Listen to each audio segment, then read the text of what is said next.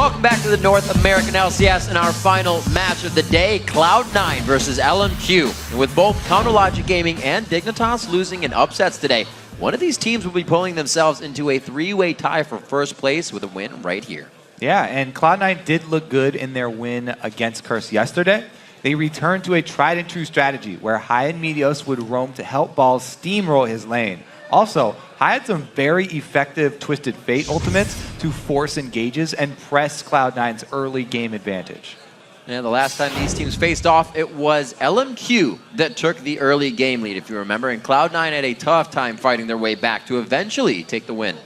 LMQ do play aggressively when they're ahead, but they also do not back down when they're behind. I mean, in their game against CLG yesterday, they lost the team fight at Dragon, and before we finished showing the replay, they were already back at Dragon, duking it out again. But the second time ended with LMQ getting aced, and it only put CLG further ahead. It's this tenacity, coupled with their individual skills, that really make them such a formidable opponent. However, as we saw in the previous show yesterday, Double Lift does not think that they're living up to the hype. And LMQ have earned many teams' respect with their dominating early game, but it's what comes after the initial onslaught that they need to work on. The last time we played LMQ, we did a 2v1 swap, so we stuck around and just kept poking through our champions and just ended up winning the game basically. 打 C9 的那一场，我觉得主要输的原因还是因为我们自己的失误过多。在中期，我们一度就是说有很高的经济优势领先的，然后之后是两波团，导致我们就全线经济就被反超，然后崩盘的。They like to revolve their strategy around their jungler and maybe their top laner and support. They like to do the three-man roam at the moment. They kind of run around everywhere and try to catch our jungler and our top laner out of position or our support even. They just go all in. 在上一周我们输给Cloud9之后，我们回去就是也针对一些阵容以及后期打团方面进行了一些研究。They do have weaknesses when it comes to endgame, but their early game is amazing. 我觉得我们要处理好中期的，就是说一个推进节奏，还有就是说减少失误，我相信我们可以赢。It'll be interesting to see what these guys bring out. It was the Kazakhs for Hai last time, a few other picks, the LeBlanc for Xiaowei Xiao, a lot of aggressiveness. We don't see a lot of Kazakhs for Hai. Hai picked Kazakhs into LeBlanc, which is a really hard matchup to go in. I don't think they're going to do that again. Well, we'll see. We're going to check out the starting lineups right now and find out if that's true. Because on the blue side, it's Cloud9. In the top lane is Balls. Meteos in the jungle. He's talking with Sneaky. Hai in the mid lane. Sneaky on AD carry. And Elimination on support. And on the red side, it's LMQ. Up top, Ackerman. In the jungle, No Name. Mid, Xiao Xiao. AD carry Vasily. And support more. And this last game, definitely, if you haven't, definitely deserves a rewatch. The fights were amazing.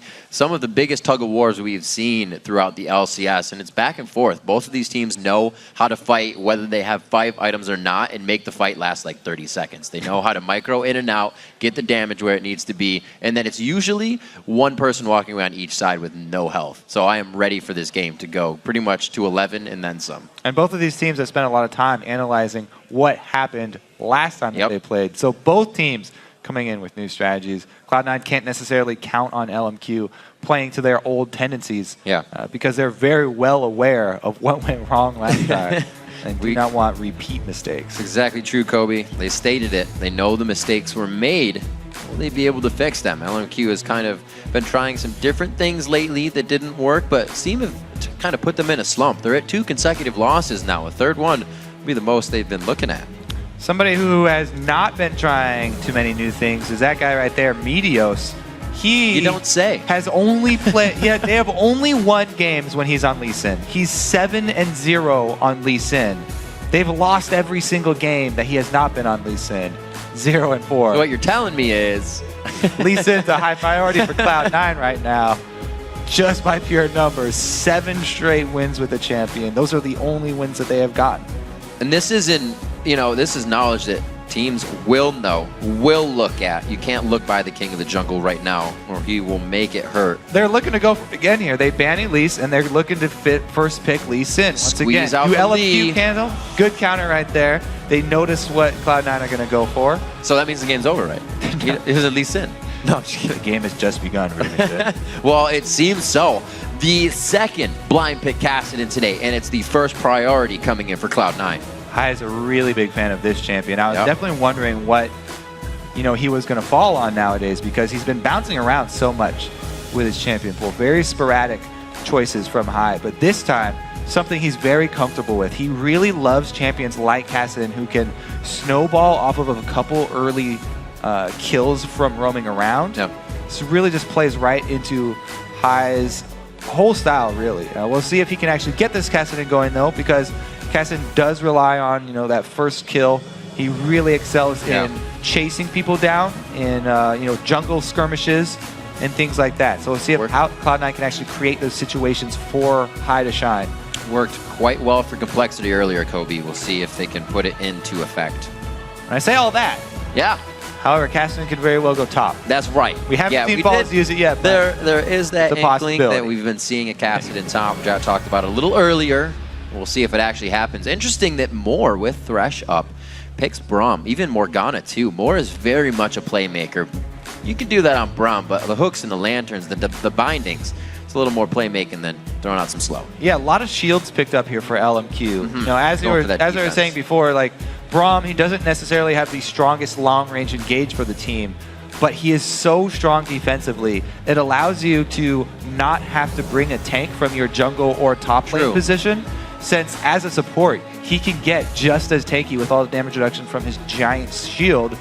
They pair that with a Lulu pick, who can either go mid or top lane, and already LMQ have substantial defenses without having to invest in one of the traditional tanks. A discussion with Vasily on the screen as well. Looking at Thresh over for Lemonation.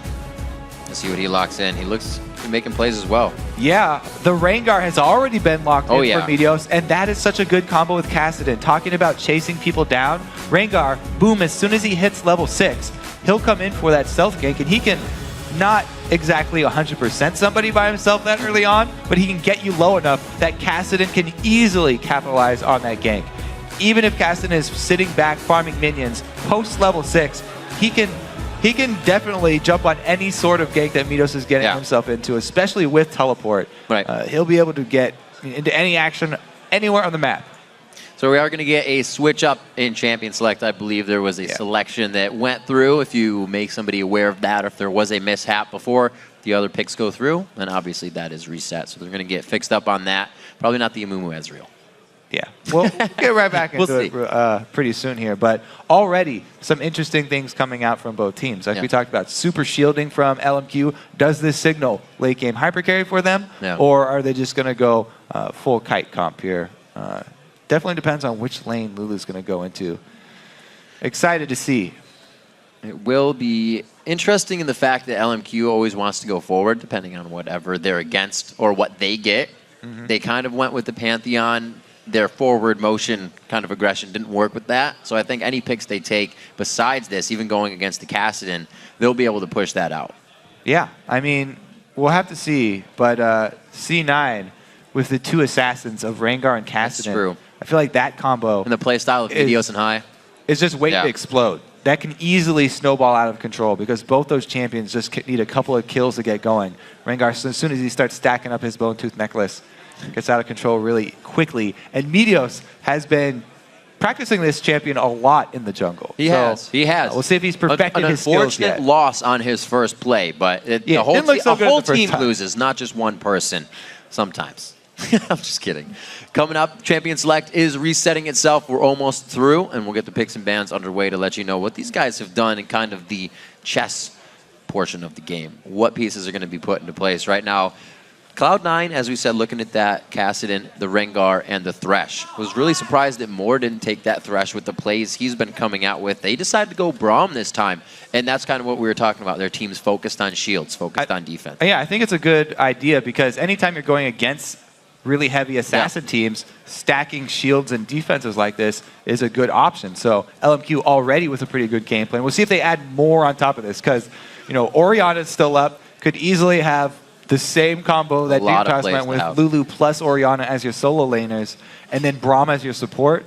Ridiculously good defensive kiting team, and it would be a change of pace for LMQ. We talked about them analyzing their late game execution. Maybe they're just going to bring a whole new style to Cloud9 and not want to repeat the loss that they had previously. It was definitely a different game. As we were saying before, the first time that they played, a very back-and-forth game, and it's going to show that again.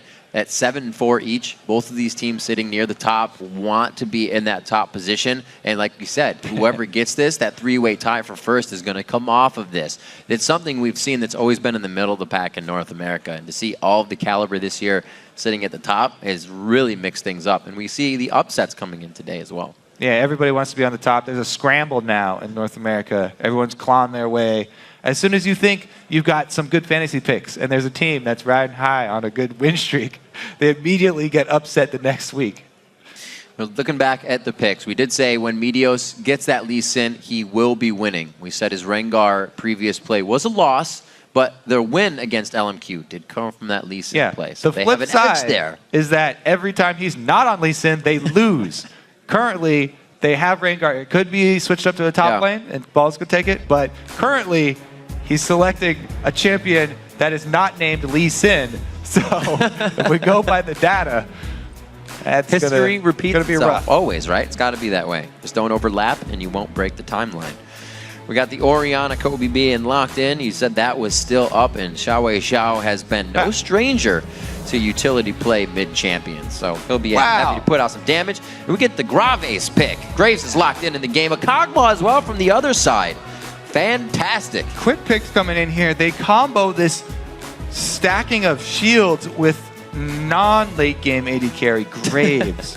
He is a very burst-oriented AD carry. Show how much grit. However, it's a lot of area of effect damage, so they can't just go with the strategy of annihilating you in a team fight. They can easily AoE down pretty much the entire Cloud9 team if they catch them in a group. Something that LMQ may not be aware of, though, Cloud9, one of their greatest strengths last year was playing against AoE teams, against these team fight AoE Dragon contenders. Cloud9, they just split up so well. Their team fight positioning is immaculate. They never have two threats standing next to each other in a team fight. They're always able to disperse and then collapse again for reinitiation. So if they go how things have trended with Cloud9, Cloud9 should be able to work around all of this AoE, but it looks impressive from LMQ right now. They've got a great burst combo. Impressive indeed. LMQ also, like you said, the fight disengaging, always knowing where to position. I don't think one time when they played against Complexity and Westroyce was on Malphite, he ever hit more than a one-person unstoppable force. Like you said, these teams know how to fight it out. The game's about to go live right now, so let's see who you think will come out on top. According to LOL Esports, 65% of you think it's going to be Cloud9 racking up the win in one of our closest votes today.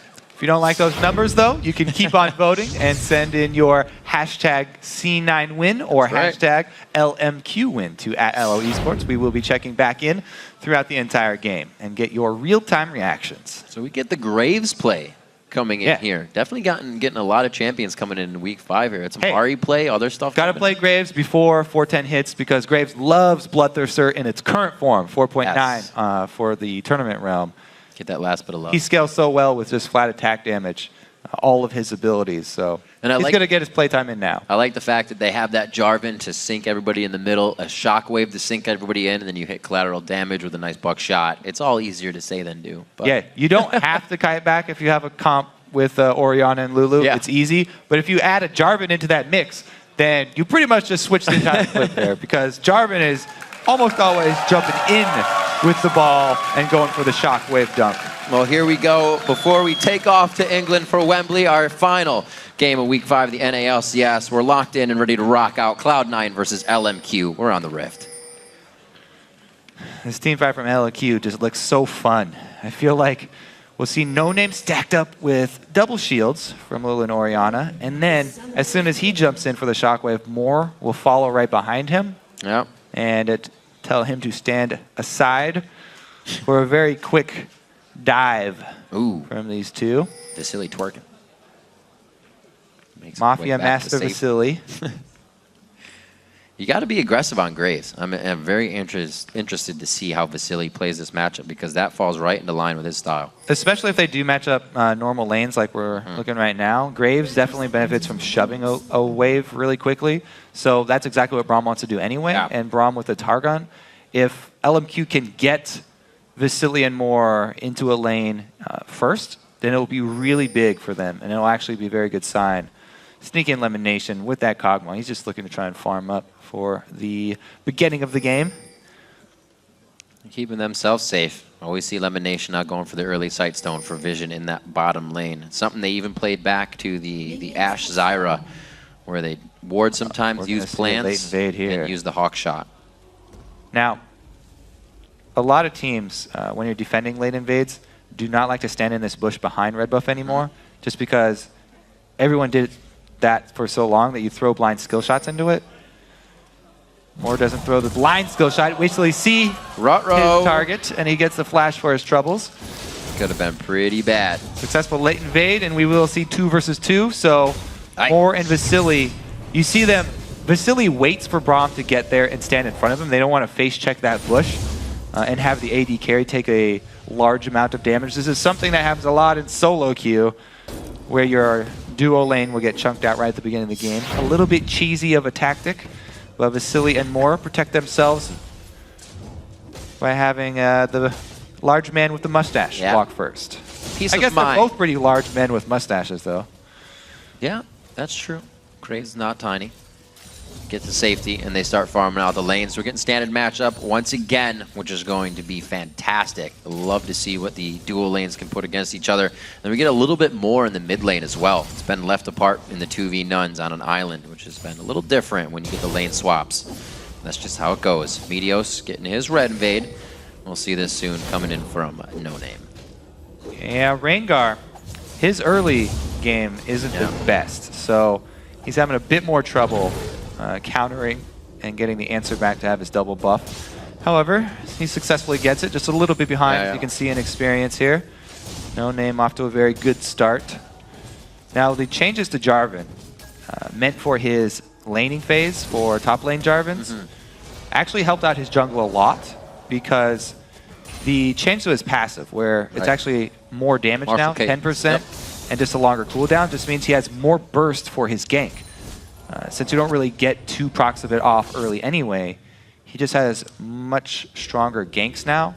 Very, very high impact when he comes in with a lot of burst damage with his combo. Very long route he's taking here, See if he can catch anybody off guard. I also like to track with every Jarvan here if they max double. Oh, 1, 2, 3, the lockup from concussive blows. He did not expect the extra crowd control. And No Name sneaks all the way around. The ward has been placed that would have caught No Name now.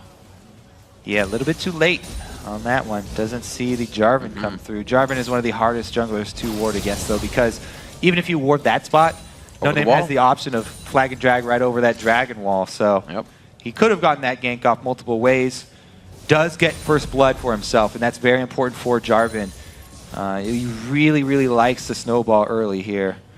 Let's see what he is leveling up, because that burst damage definitely paid off there. He might just go the standard route, Q into flag. Waiting to see if anybody maxes the shield second, though. It'll be a different game for No Name this time. We'll see how much more aggressive he plays versus their game against CLG. He went 1-6-7 on that Jarvan, so... Well, the other thing is, he is the one on LMQ who started with a sweeper. He didn't even switch it out. Whereas Cloud9, they had Lemon Nation start with their sweeper down in the bottom. So Lemon Nation, having to go back early, is at least able to complete his Sightstone. And that's at least a small bonus for them. He didn't have to go back before he had enough money for that. Looks like he actually might have had to sell a few small odds and ends to complete it, because he has no consumables. Didn't have everything he wanted. You can see Moore leaving the lane. Sneaky tries to take aggression on that. Already wasting out his mana. Thought that on Bio Arcane Barrage now. He's definitely using a lot more Caustic Spittle in that Void Ooze. All right. Now, let's take a look at this top lane matchup, because Renekton versus Lulu. Lulu is a very annoying laner to go against for pretty much all melee champions. Wow, we're going to have a third champion coming up here, though. No Name does make him way up the river. He's close. Slow lands. Glitter Lance in. He's waiting for the second round here. There goes the ward. He's going to have the slice and dice, and actually No Name stands in way for the slice and dice to occur. Unfortunate on that one. They don't get a flash out of balls either. Yeah, he did get a lot of harass down, though. We'll force him back. Now, Renekton, it's very, very good for balls that he didn't have to blow his summoner, because the advantage Renekton has over Lulu is kill pressure. Oh, this is a great counter, but they have the ward there already. No Name thinks he can go versus 3. Going to be very dangerous. Flag and drag over to the opposite side he wants to be on now, and it's going to be a bit of a ring around the rosy if he can get out. Full vision, waiting for the flag and drag. No. Flashes over the wall to safety and really just saves face on that one. What a hilarious series of events right there. Meteos flashes into that bush to try and get his leap strike off to close the distance, but Zhao was already out of range there, blowing his flash, and then Meteos is not able to get the jump onto No Name, who flag and drags over. Bunch of hopscotch going on in the mid lane, and actually a pink ward is wasted in the process. Somebody dropped that on accident. There's no stealth champions that they were looking to keep track of there. It was just a misclick. Happens in the heat of the moment where everybody's jumping around. Moving around, still watching pressure here. No Name, you can see his first buy, didn't even get the stone. Actually went for the damage as he goes for his lizard, and he had a pink and a green to come out of base with. So they're just trying to pressure their lead a little bit more. That was kind of foiled a little bit, and they wasted a flash or a few. But they're trying to regain position. And like Cloud9 said here, that 3-man roam team is everywhere. No Name's always with another 2 people. Well, right now, he's circling around bottom side once again. And as we said, there are many paths that Jarvan can take to gank you. A lot of them have been warded by Cloud9. However, you can go with the classic flag and drag over into the small bush there. That would still be available for him. He continues to farm, though. He wants that level 6 Cataclysm. But that gank path is always there. Secondary blue buff spawns. Looks like nobody's going for their invade. And it will just be given over to mid laners as usual. This is really got to be careful, though. Kobe High is now 7. You're going to see a bit of roaming from him, if even necessary. And that's where that first kill came from probably earlier today in his casting game. See if LMQ can dodge out this aggression that may be triggered by Cloud9 soon in their roam. Blue buffs traded over. Meteos not level 6 yet, but neither is No Name, so we're not going to see those. Oh, never mind. Great timing, Riv. Meteos is also going with the Mad Treads, probably into Feral Flare there. We haven't seen many Rangars keep Feral Flare as well, or keep Mad Treads with a Spirit item, which some other junglers do. But yeah, the Samsung junglers have done the Feral Flare Rengar as well. A lot of success for them, but Meteos trying something new for himself. Last time he went Spirit of the Elder Lizard, which is, you know, more assassination potential, but Flare here, playing more for late game. Attack speed is very, very strong for Rengar. Also, Meteos wants to keep 5 stacks of Fury before he goes for a gank. You always want to stack up 5 before you pop your ulti, because it does not generate them while you're in stealth anymore. It increases your rate after you pop out of stealth. So if you go into it with 5 already, then you have the highest chance of taking somebody down. And when you're in the jungle, you have an easy option of just staying at your jungle camp longer to charge those Fury up. Now that he's level 6, and he's got red buff, and he's got 5 Fury, I expect Meteos to go for a kill right now. Looks like he's headed bottom lane, and High will probably want to coordinate that with him as well. Talked about the dual assassins here. See if they can actually make it happen. This is a pretty crucial point for Cloud9 to get their snowball rolling. See what Meteos can do as he comes out of base. Looks like he will be headed down towards that bottom side. Pushed up, though. Should come back. One more wave in. Meteos, as we've said before, even when the double jungle happens, he gets a lot of the farm. So it almost seems like the Feral Flare and him kind of hanging out in the jungle to get bigger works in his favor. Because when he comes out and he's for sure about the gank, it always goes in Cloud9's favor. Well, it looks like he has given up on bottom lane, so he might regret that, as No Name's been sitting around here looking for a gank as well. We'll see how defensively this Cloud9 bottom lane can play.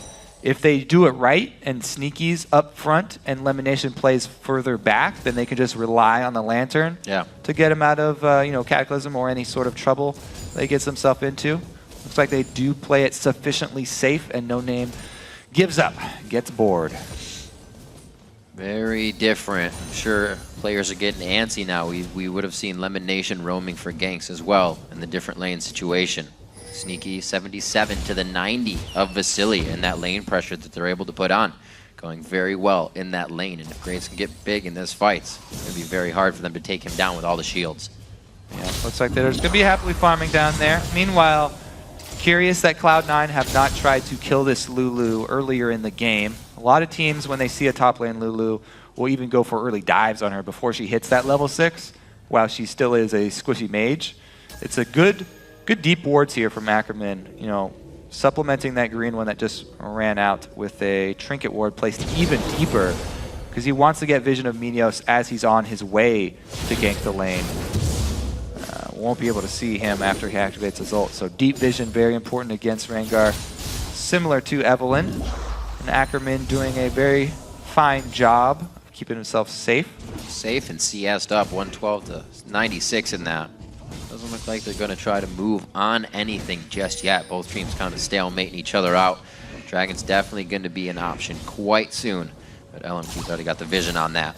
Hai has been taking chances of constant harass onto Xiao and trying to push him off the lane. But easy shields actually coming in from him, keeping himself safe in that lane. He's actually leveling the dissonance. Quick move over here. They force Sneaky back to base. LMQ go for the dragon.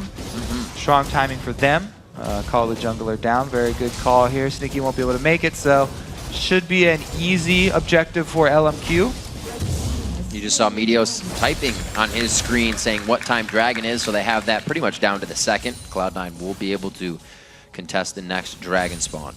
Here's that classic gank up top. It took a lot longer than usual for Meteos to make his way up here. And Ackerman is already well past his level 6. They are going for the dive, though. Great glitter lance to stall this one.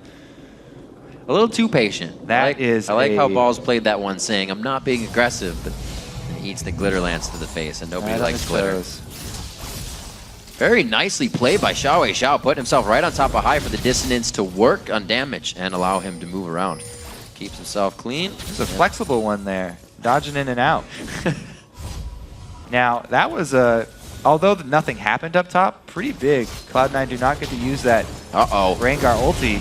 Flashes, Glacial Fisher comes out, a very nice box is going to keep them in range of the turret for a little bit longer, but Moore is getting out of this one. They got to be very careful here. Vasily taking some more shots, the teleport coming in from Balls in the top lane. Sneaky hitting the final arcane barrage shots that are necessary. Look out, Sneaky gonna get hit up one more time. There's nothing that Moore can do. It's going to be Balls trying to come in and help this out. Effective health going out to Moore from Wild Growth. They get themselves into a bit of a tunneled situation, and Sneaky's gonna go ahead and back off on this as much as he can. Avoid use would be very helpful, but looks like Balls can get himself out of the danger himself. So they trade here. Support kill for AD carry kill. However, Meteos has been able to fill in that top lane for Cloud9. So they rotate Sunpurn from the jungle out to the open lane. Whereas LMQ, they committed their jungler down bottom. So they weren't able to get anyone into that open lane after both top laners decided to teleport down bottom. And basically what happened is Cloud9 get a free lane of experience, shoving that one into the turret. So they come out slightly ahead, even though it was a 1-for-1 trade. And that turret becomes prepped for gold, really, in any necessary situation when they want it. Coverage going around on the bottom side of the map. I expect to see a bit more aggression down there. We see Meteos hovering that way already. And a little back and forth as Vasily not looking too strong in this engagement in the HP area, along with Sneaky. So the AD carries have to be very careful right now. Everybody's getting a little roam on. Battle over the pink wards. Looks like LMQ decided to give this one up. Meteos does have his ulti ready once again. Stacked up 5 ferocity as well. And getting the red buff. Says no thank you. Going back to the mid lane. Yeah, there's a lot of farm there he would be missing if he did not go back to mid. So good call. He actually puts a little bit of damage onto Xiao first and goes back for that. Looks very close to be going down in the bottom lane. LMQ would love to create more pressure around the map. Going for this dive. Not damage to Moore right now. It actually goes to No Name. Drops Cataclysm immediately, and Moore is still trying to go hard on this. Here comes Meteos. We'll see what kind of damage he can put out. Moore instantly stand behind me to Vasily. The shot back and forth in the draw. A Cathian surprise is going to be doing true damage to Moore. They allow Hai to come over the side. Hai picks up that first kill now for Kassadin. It's going to be big. Sneaky with the greed, and this time around it is Hai who roams, so Xiao gets the shove into lane, denying experience. Yeah. Extra kills for Cloud9 though. More look at this. So this is the burst damage that's available with the Graves Jarvan combo. annihilated before Cataclysm even hits the ground. Sneaky plays this pretty well up into the last hit here. So he keeps Vasily interested, then wants one more shot as he shoots his Q, which costs him an auto attack from Vasily, and does go down. If that would have happened the other way around and he killed Sneaky first, he would have leveled up and probably actually lived because he leveled as soon as he died. Interesting engagement in the bottom lane. Ackerman getting hit up and just on the edge of his little Lulu hat. He gets the safety. 4-3 here, looking at 17 minutes in. The gold lead's only about around 1,000 deficit for Cloud9. So very much anybody's game right now. You see a lot more focus towards the top lane. Looks like they will be getting this prep turret down for some more cash money. Cloud9 doing a lot of work clearing out all these pink wards as well. Down bottom and up top. There's one more left and there was a pink on it already. Looks like Moore could get cornered. Too much damage coming out onto Moore. That's an easy turret for Vasily and the rest of the team. Pressure created and relieved in the bottom lane. Good job from LMQ. Spreading the gold lead a little bit, but we're even in turrets. Looking at this mid one after this dragon in 1 minute, if LMQ comes up big, they can take a lot. Yeah, I think LMQ are really going to look to force this next dragon because their combo is shaping up very nicely. No Name's gone full offense here, and if they just back him up with the 2 AP solo laners worth of shields, he jumps right into the middle, gets everybody's attention. Vasily has a large amount of burst damage and doesn't have to worry about his defensives. It's a very strong combo here from LMQ at the next dragon fight. We'll see if Cloud9 want to take it, or if Cloud9 can actually pick somebody off beforehand. All depends on how many wards they can get down first. Outer turrets are definitely going to help. They have the position to take mid first and really start to deny around the map. Very, very spread out for Cloud9 right now. Just look how LMQ is swarming everything right under the turret. Vasily going very hard. Doesn't get all the damage he wants to get the kill out, but Hai cannot aggress, and they are setting themselves up perfectly for Dragon right now. A couple of ultis for a couple of flashes here. LMQ just spend ultimates, however, Cloud9 down 2 flashes after both of those exchanges. Oh dear. Hai does have home guard, so he's coming as quickly as possible, but it's too little too late. LMQ finished the dragon. Oh, grab from the backside. Very split again for this one. Sneaky trying to walk in. They know Lemon has no flash. Oh, there's the hits. They get the ignite down. That's going to be a good damage. The dissonance is enough to power through. Xiao going for a full W level on that and then leveling the ball throughout the game. And they're able to come up with some good kills. Now setting back up to try and stop this in mid. LMQ seems to be on the ball. They also leave Xiao down bottom, so they are getting an extra lane of golden experience worth of minions here, trying to rely on their second AP solo laner, Ackerman, to help clear these waves. Definitely having Graves on your team helps out as well, and they are successfully able to defend it. So LMQ come away very, very big, and it's all due to their aggressive style. They don't hesitate to blow these ultimates, and they take these fights. When Hai jumps in on Vasily, Vasily has no fear. He just stands and fights him. Ackerman backs him up with the Lulu ultimate and has to blow flash to get out. Same thing with Lemon. He has to flash away from the shockwave of Xiao. He's not afraid to just blow that shockwave on a single person. And then LMQ reap the rewards, even though they don't get kills out of these. Large chunks of damage, and they not only get that dragon, but they also defend mid. So one thing you'll always see LMQ doing during the loss of a fight is be there to continue the fight before it actually ends. Spawn and then run back to Dragon and keep fighting. A team that will always stop going if it works or not. 5-3. Now we crest 20 minutes in the game. Ball's doing a great job in top lane at 181 to 149, but that gold lead isn't actually that spread due to the control of the map and the dragons that LMQ has had. Yeah, look at that difference in mid laners there. Xiao really strong, and it shows in his completed items. He has a whole 2 items up on Hai right now because Hai has invested more money in his boots as well, going with the home guard. But man, a Death Cap of Fiends, Orianna just has so much more teamfight presence than even that Cassin, who's gotten a single kill to try and get going. Meanwhile, this Rengar jungle here from Meteos, not coming up with many good plays from him. A lot of flubs so far, and he is going to go pretty much full tank now after his fail flare. That almost even makes it harder too, because you look at all the shields, all the health you have to get through, you need those damage sources. And you're still going to have a few, obviously. Balls is going to fall off, though, as well. Yeah, what they're looking for late game for damage is mostly going to be sneaky and high. But you're right, the Renekton and Rengar duo dive guys aren't going to have what it takes to assassinate one of these LMQ squishy targets who aren't even that squishy. I mean, even if you go on Graves, he's got the passive for extra defenses. And then if they decide he's in a tough situation, they can use their shields on Graves instead of on Jarvan to jump in. Right. And LMQ looks just, they just have so many more options to be able to react to the playstyle that Cloud9 are going with. And like you said, the damage, that Rabadon's Death Cap and the Athenes, not really needing to rush a Zanya's, which you would kind of figure if you're against a Rengar and a Kassadin, they're going to blow you up immediately. But with all those shields and that health, LMQ is going to start building the damage and try to get it done early. We're 22 minutes into the game. They haven't really pushed into any type of closing position on this one. It's going in again. He goes to Vasily on the back line. That's going to be the 1-2. He actually is going to get out of this one alive.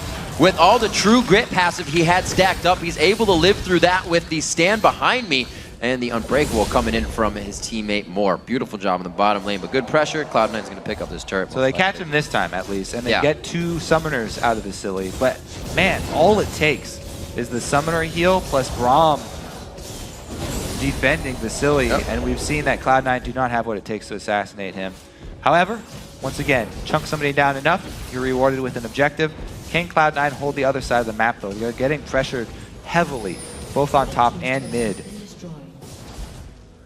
Ward's getting cleared out as LMQ starts to take control again of C9's side of the map. Ackerman taking out the top side. Now they're kind of free to roam around that part of the jungle and get the Fog of War in their favor. The ult, no.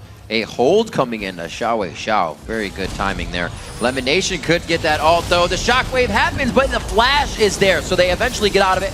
Smeedios is forced to flash out of this as well. And LMQ's presence there kind of changes Cloud9's mind. Yeah, it's ult going off willy-nilly here. They see Lemon Nation, just the support by himself. Boom, Cataclysm, boom, Shockwave. Don't get him? Oh well. Take down the turret. We'll see what they can continue here in the top lane.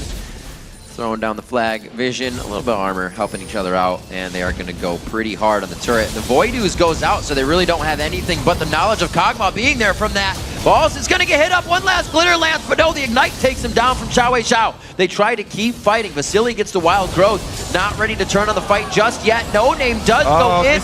Flashes for the fight focus. High now takes down Vasily. This is going to be huge. The triple kill. Wait a minute. The quadra kill coming up for High. Is Xiao in range? The dissonance is going to be there. He's going to run out of mana. High will be chasing, but look at the mana bar. It's halfway gone. It's only going to cost more. This could be the extended Penta, coast to coast. One more dissonance was enough for Xiao to get away.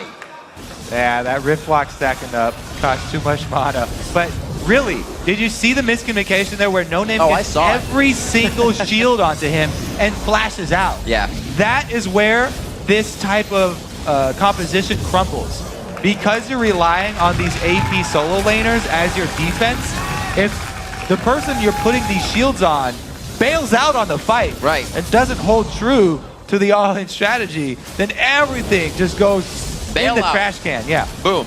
Look at that. That's over 1,000 HP worth of shields they funneled onto No Name. And then everybody else is just left holding the bag here. What are we going to do without our front line?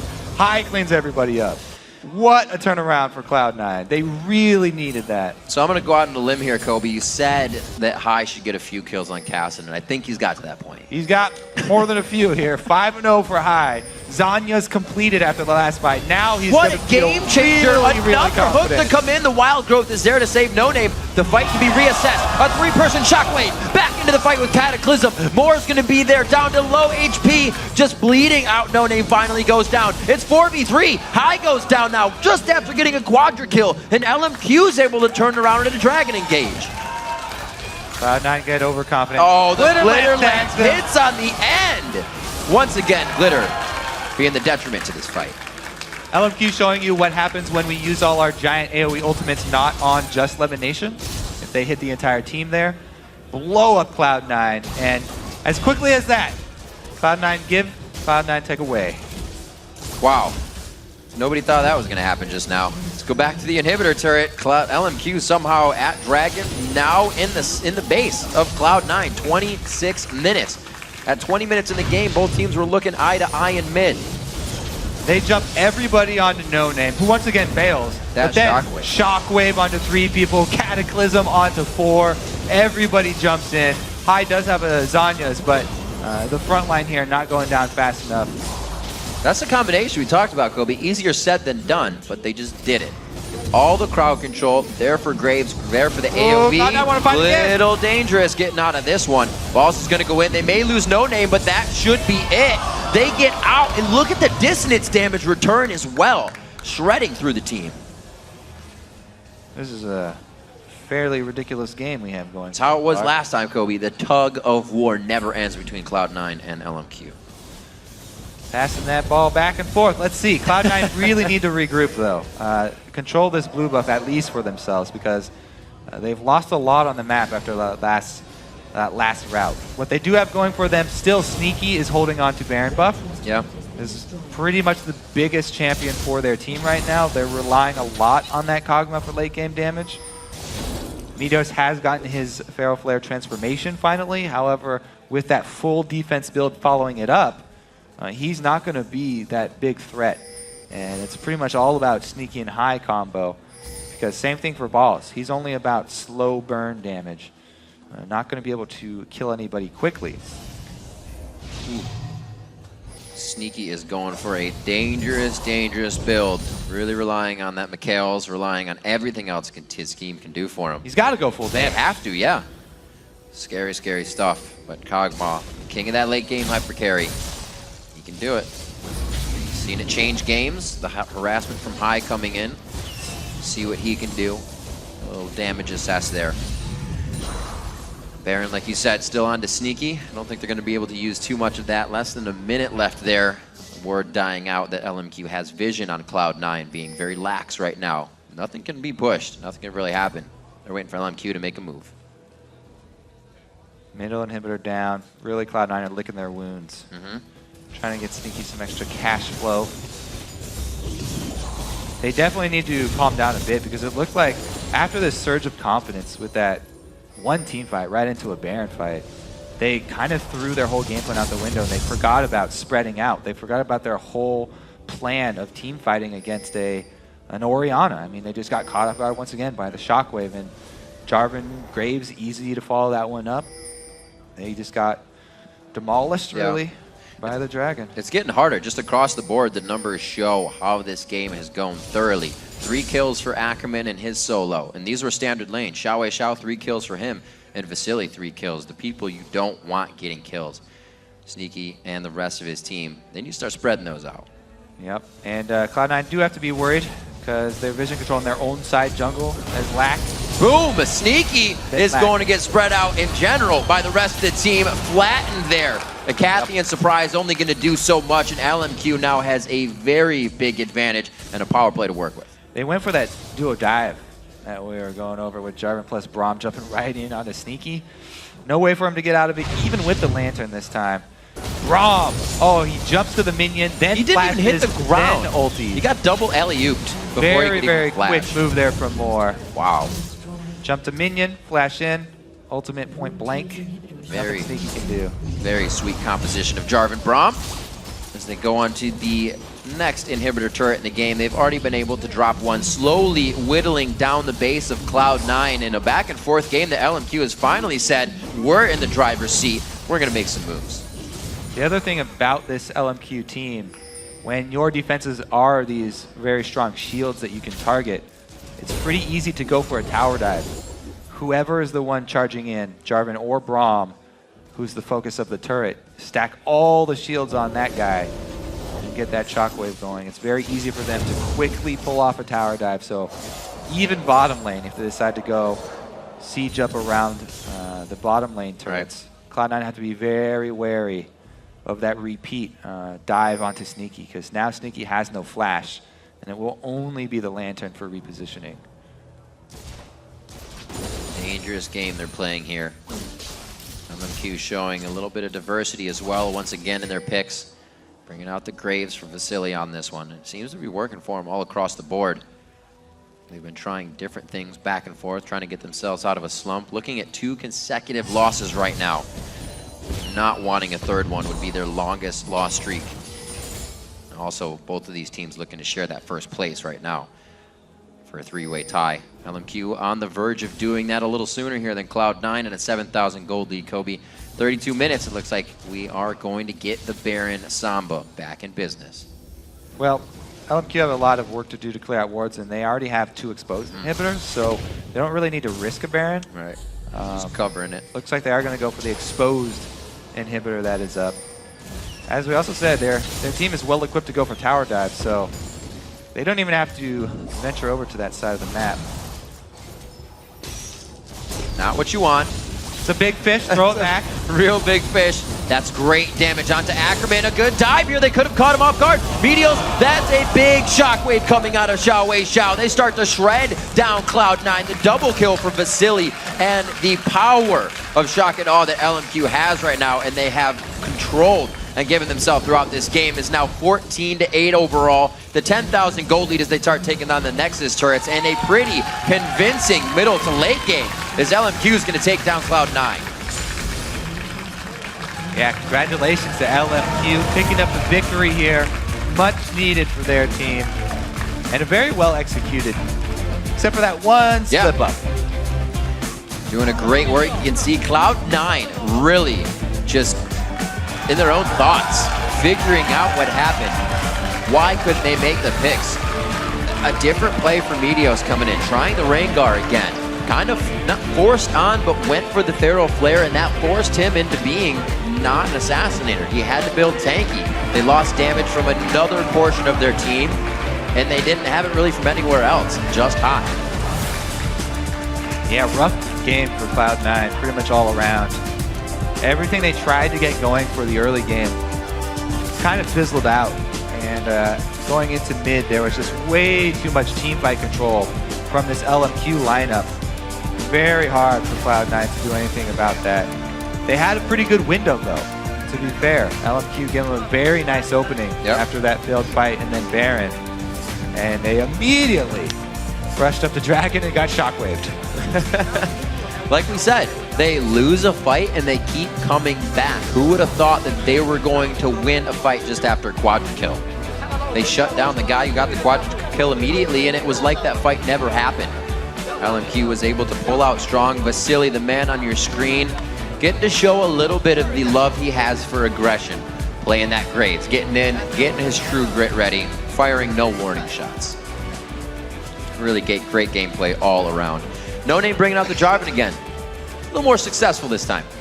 Yeah, it was pretty good this time. Just small things I do got to work on.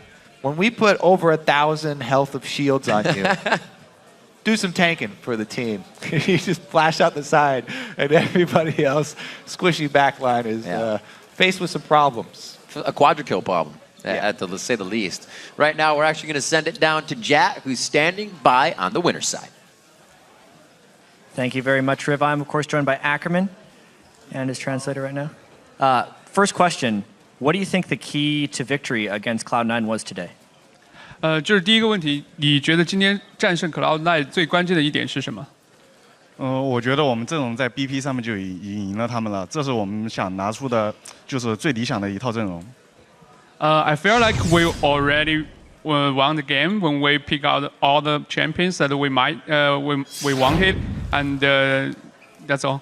So pick ban phase victory for Ackerman and LMQ. Also, LMQ seems to be very inconsistent from week to week. How do you guys become more consistent as a team?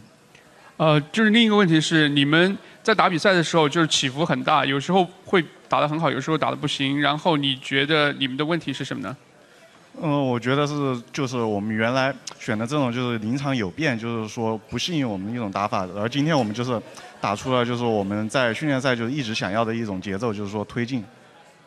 Okay, so we constantly change our pick bands and that we practice on screens. So that's why we lose our games. But today we did what we practiced and we just keep pushing, and that's how we win the game. All right, so practice makes perfect. Also, now that you're this far into the LCS, which other team do you see as your biggest challenge? 就是你们现在已经在 LCS 打了很长时间了，你觉得你们面对的最难的一支队伍是哪一支？最难的话，我觉得是 DI 制吧，就是上次我们跟他们第一次交手，就是说几乎是全线被碾压，然后再加上我们自己就是说中期没处理好，就导致被就是说全场滚雪球，就没有一点反抗能力。So I feel that the biggest challenge is DIG. Basically, they polished all our lanes during last game, and they snowballed the whole game, and we didn't even have a chance to fight back. All right, so CLG called out there for LMQ biggest difficulty. And final question, you guys have a weekend where you don't have LCS. Do you have any special plans? 就是你们马上就是周末了嘛，然后呢，这周末你们不用打比赛，也赢了比赛，然后你们有什么就是放松的活动呢？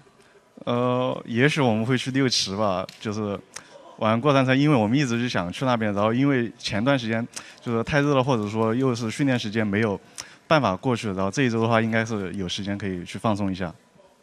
We probably will go to Six Flags because like a few weeks ago it's too hard and we practice a lot of games and finally we have the time and we will go there.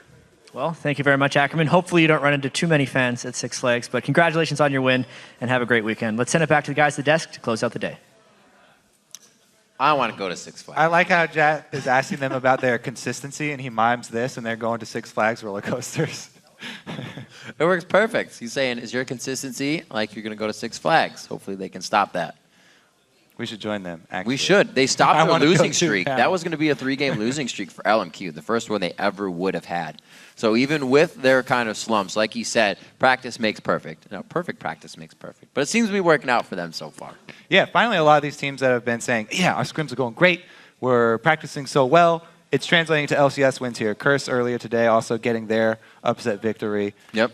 Finally, they really needed that as well, bringing them out of it. Seems like all these teams that are down are getting the wins that they want to come back into this game. And it's keeping pretty much all of the North American LCS teams in contention. Everybody still has hopes of reaching at least top half. It's absolutely spicing things up. Teams can't look just on to whatever game that they think is going to be the hardest. Trap games have caught so many teams already this split, and not considering that somebody is actually going to, or they are going to take a team for granted, and they do. Speaking of trap games, you kind of have to mention Dignitas. I feel like almost every week they're calling at somebody and they're like, yeah, we're going to have easy end of the week, and then they lose another upset game. Easy end of the week, we lose another upset game. Yeah. How many times are they going to do that? I don't know. I don't know. Well, we see on the analyst desk, you know, we joke about it, but Crumbs and Kiwi could go to talk about a play, and Crumbs says Kiwi knew what he was doing, and Kiwi says, I actually, you know, I just kind of went in. I felt like going in. Yeah, they're hiding something. Plus, they're also just giving that happy-go-lucky vibe off. Always. The smiles across the board for Dig. So let's check out the standings right now after a topsy-turvy day of upsets. In first place, it's CLG, LMQ, and Dignitas. Then, still just one game back, it's another tie for fourth place with Cloud9 and TSM.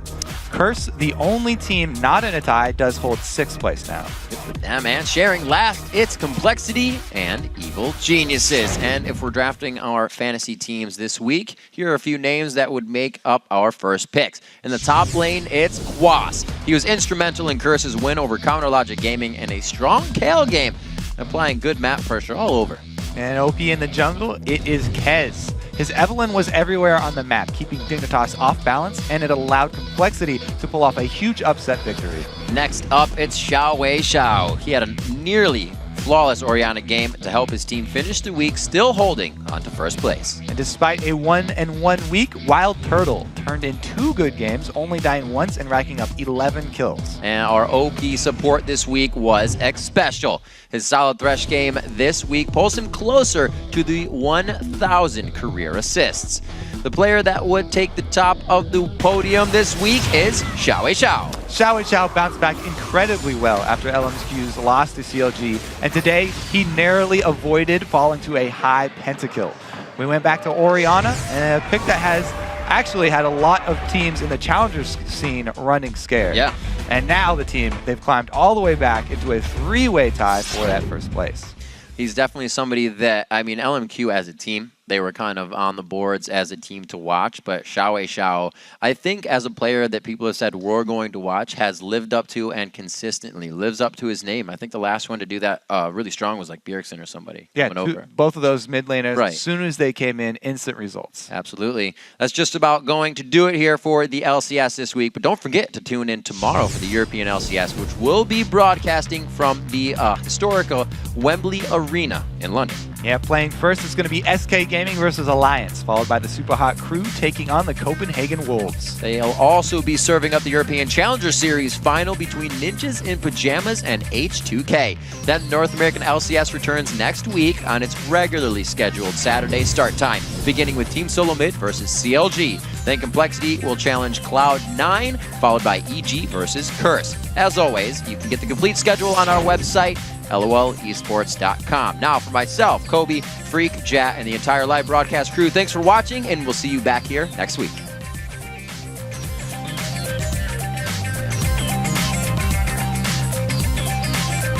You did? You know, we should actually like iCarly. Really? Yeah, I thought that was pretty funny. You're ruining the show, You don't like man. that? You're hating on iCarly while you're talking about Hannah Montana. Nah, actually, I watched Okay. iCarly too. That shit was awful. Every single one of them. I'm on Jinx, Yeah, center Jinx, on Jinx. Follow Jinx. Follow Jinx. I got Jinx, Get back on Shifter. No, stay on Shifter. I'm on Shifter. Comes next.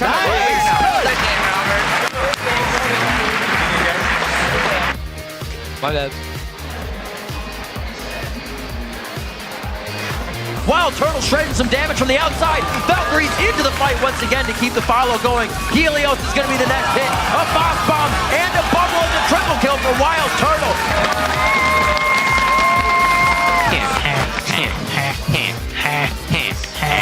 Oh my god, I want to retire. I mean, Boy is being chased out by Afromook. He's ready to go down for the team in this situation. He gets another shield. They are coordinating everything. Look for Link. Link. Okay,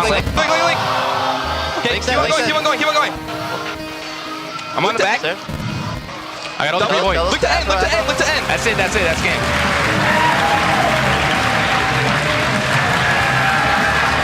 Yes.